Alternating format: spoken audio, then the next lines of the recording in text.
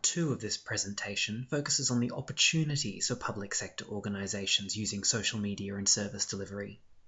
In particular, it examines how social media can work as a service channel, innovate service delivery, and provide a richer understanding of citizens' needs. It also briefly discusses some of the challenges of delivering services on social media. Social networks can function as service delivery channels in their own right. Take a look at this basic example of customer service on the City of Sydney's Twitter page. A citizen has noticed an issue in his local environment, but he isn't sure who's responsible for addressing it. So he tweets the council, hoping for information and action. The council provides quality customer service by responding quickly in the same platform and by resolving his query with decisive action. All of the traditional customer service functions that researchers state social media can deliver are evident in this example. These include recognizing issues raised by the community, allowing citizens to contact the organisation directly and publicly, proactively and rapidly addressing their concerns, and directing queries to the appropriate area of the organisation. Social networks are therefore ideally positioned to help public sector organisations deliver their core customer service responsibilities. Social media can also drive innovation in public service delivery and government operations. It can provide opportunities to deliver on expectations that aren't met by traditional online and face-to-face government services. In particular, social media's potential to foster government-citizen collaboration can drive innovation of service delivery. The 2011 Brisbane floods provide a good example of this. The Queensland government needed to supply the public with timely and actionable information to respond effectively to the disaster. Social media quickly became their platform of choice, as citizens shared and retweeted their posts, expanding the reach of the government's information exponentially.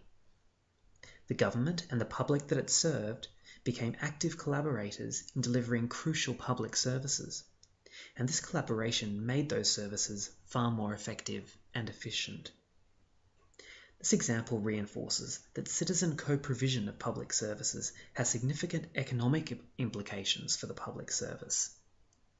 It has the potential to reduce the amount of government resources required to sustain service levels, and to increase the service level achieved with a given amount of government resources. It therefore has significant efficiency and effectiveness gains. As discussed in Part 1 of the presentation, at a time when governments increasingly need to do more with less, social media's opportunities to innovate service delivery are highly valuable. Finally, social media offers public sector organisations opportunities to solicit user feedback and develop richer understandings of user needs in service design and delivery. Citizens are eager to share their opinions about and their expectations of public service delivery on social media. This can be in response to specific calls for feedback from the public sector, or just as a result of everyday experiences, queries, or concerns. Social media can therefore offer governments a wealth of new information to consider when they're designing and evaluating their services. Who's using the services? What do they expect from them? Are the services meeting their needs? How could they be improved? With this information, governments can be more agile in reacting to citizens' needs and ensure that they have a sturdier evidence base in designing services. With these major opportunities in mind, we can now see that social media is ideally placed to help public sector organisations navigate every stage of service delivery. Social media helps governments identify users and their needs. Its potential for collaboration can enhance service design and development. It is a valuable service delivery channel and can innovate public services. And as a platform facilitating continuous user feedback, it aids evaluation and improvement of services. The opportunities outlined in this presentation also demonstrate how social media can help make public services more effective and efficient, and how they can satisfy increasing user expectations. These are the key issues facing governments around the world.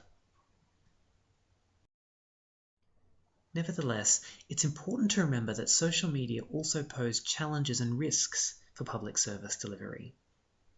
Briefly, these challenges include organisational perceptions that social media is just another way to disseminate information and not related to policy making and service improvement, user perceptions of privacy and surveillance, misrepresentation, that is, unknowingly providing misleading information which encourages social media followers to participate in a service, negligence, that is, failing to act on public messages in a way that causes harm, and lack of resources, knowledge, and guidelines.